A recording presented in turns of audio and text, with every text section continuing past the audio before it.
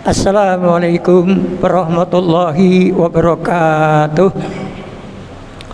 Alhamdulillahirabbil alamin wal aqibatu lil muttaqin wala udwana illa 'alal zalimin. Asyhadu an la ilaha illallah wahdahu la syarikalah wa asyhadu anna Muhammadan 'abduhu wa rasuluh. Allahumma sholli ala Muhammad wa ala alihi wa sahbihi wa man tabi'ahu bi ihsanin ila yaumil amma ba'd. Ibu-ibu, bapak-bapak dan seluruh jamaah salat duhur yang dirahmati dan dimuliakan Allah SWT, mari kita bersama-sama untuk senantiasa bersyukur kepada Allah atas limpahan rahmat, hidayah, karunia dan taufiknya. Alhamdulillah di siang hari ini kita dapat memenuhi panggilan yang pertama, yaitu melaksanakan sholat duhur tepat awal waktu dan bisa berjamaah di Masjid Raya Candi Lama ini. Mudah-mudahan Bapak Ibu dalam melaksanakan sholat berjamaah bisa istiqomah, bisa continue sampai akhir hayat nanti. Amin. Bapak-bapak dan ibu-ibu, seluruh jamaah sholat duhur yang berbahagia, dalam kesempatan kultum duhur siang ini saya sampaikan firman Allah, Quran surat 28, surat Al-Qasas ayat 77. Saya bacakan potongan ayatnya ini. Allah berfirman, A'udzu billahi minasyaitonir rajim. Wabtaghi fima ataqallahu darul akhirata wa la tansa nasibaka minad dunya ila akhirih. Dan carilah pada apa yang telah dianugerahkan Allah kepadamu, kebahagiaan negeri akhirat, dan janganlah kamu melupakan bagianmu dari urusan dunia. Bapak, ibu-ibu seluruh jamaah sholat duhur yang berbahagia, kalau kita memahami ayat ini bahwa urusan akhirat dengan urusan dunia itu lebih diutamakan dengan urusan akhirat. Karena di sini dikatakan kita disuruh mencari anugerah Allah, kebahagiaan di negeri akhirat, baru jangan kamu melupakan bagian duniamu. Alhamdulillah pada siang hari ini penjenengan ini termasuk orang yang menjadi bagian ahli surga, insya Allah. Kenapa? Karena begitu waktu sholat duhur tiba, kemudian kita menyempatkan waktu untuk mampir ke masjid ini atau mungkin tempat ibadah yang lain, bisa langsung melakukan kewajiban kita, yaitu sholat duhur. Berarti ini kita mencari anugerah Allah, kebahagiaan di akhirat. Berbeda dengan, maaf, saudara-saudara kita yang barangkali masih wirawiri kesana kemari, apalagi masih urusan dunia. Kita sangat berbahagia. Jamaah yang berbahagia, tujuan hidup seorang muslim adalah akhirat. Sementara kehidupan dunia hanya tempat singgah sementara untuk mempersiapkan bekal untuk menuju akhirat. Ini sebenarnya kita masing-masing menunggu jadwal waktu panggilan yang kedua, yaitu mati. Kita tidak tahu berapa lamanya umur yang akan diberikan Allah kepada kita. Bersyukur menelpon Bapak Dr. Andes Haji Musman Tholib sudah 75 lebih, mungkin hampir 80 tahun. Beliau masih aktif di sini. Selain penasehat, yayasan juga aktif ngimami di sini. Ini karena apa? Beliau tahu, paham banget untuk meraih anugerah Allah, kebahagiaan di akhirat. Nun sewu Bapak Ibu, kalau sudah usia 60 ke atas, termasuk saya, alhamdulillah sudah 72 tahun, itu mestinya bukan lagi urusan dunia yang harus diutamakan, tetapi urusan akhirat. Karena sewaktu-waktu kita mati tidak tahu. Seseorang itu tidak akan mati. Dalam Quran surat Ali Imran ayat 145, kecuali telah ditetapkan waktunya oleh Allah, sudah tidak bisa dihindari. Contoh, ini bukan kasus ya. Teman saya dulu sepekerja di pendidikan, usianya belum pensiun Pak, kurang 2 tahun. Sebenarnya beliau karena meninggalnya kemarin pagi Pak, alhamdulillah hari Jumat, orangnya muslim. Sudah non sewu dandan ibaratnya, tinggal berangkat menuju ke Soloan Pak, ambil pel yang ada pegangannya itu, kemudian geledak jatuh. Kemudian Allah mundaki lain, yaitu pulang ke rahmatullah. 5-8 tahun. Dengan saniki nak umur pun 59, tinggal nunggu 1 tahun Pak. Persiapan saja. Okay. Artinya akhirat jangan sampai dilupakan. Mari kita berpastabikul khairat, berlomba-lomba untuk mencari kebaikan, banyak zikir. Yang punya uang banyak sedekah. Syukur dengan kerso jadi donatur wakaf di Pontren sini, Masjid Raya itu yang masih kurang 1 lantai, berapapun nominalnya dimasukkan di kotak di depan itu Pak. Itulah anugerah Allah nanti di akhirat. Ampun bakhil ya, non sewu ini. Jadi itu kenapa Allah mengingatkan carilah kebahagiaan akhiratmu, jangan kamu lupakan duniamu baru, jangan kamu lupakan kenikmatan di dunia. Karena non sewu, kebahagiaan akhirat itu nanti di surga. Ahli surga akan mendapat apa saja yang mereka inginkan, non sewu, dengan baca surat Yasin. Ampun labdine mawon nggih, ampun tulisannya to, artine Pak.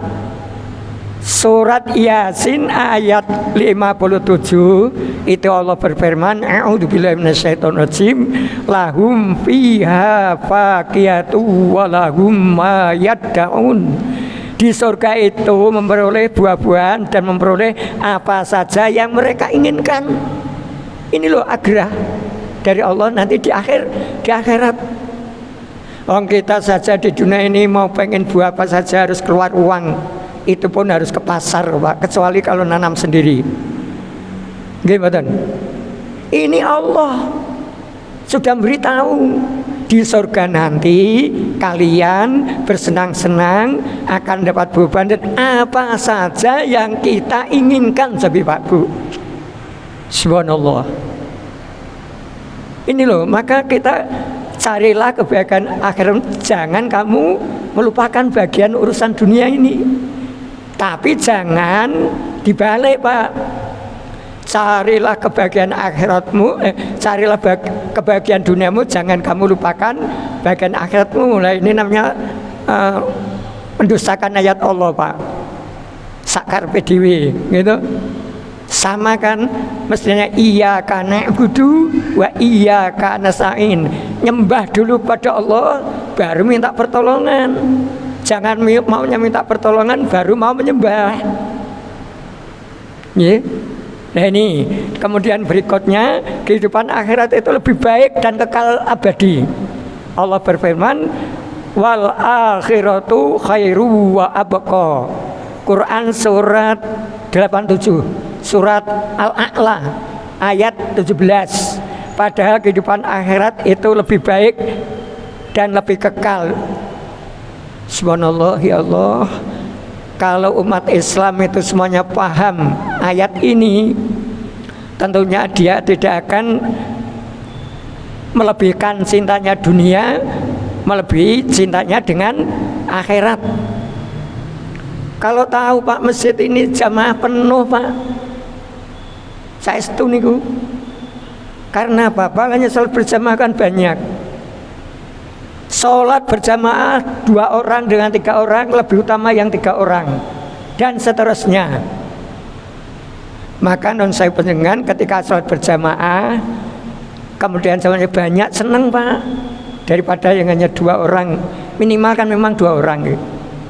Nah ini. Nah kemudian Allah mengingatkan bahwa kehidupan dunia ini hanya senda gurau dan permainan. Allah berfirman, wa ma hadhil hayatud dunya illa lahun walaibun. Jadi dunia ini hanya senda gurau dan permainan. Tinggal bagaimana orang itu untuk mempermainkan dunia ini.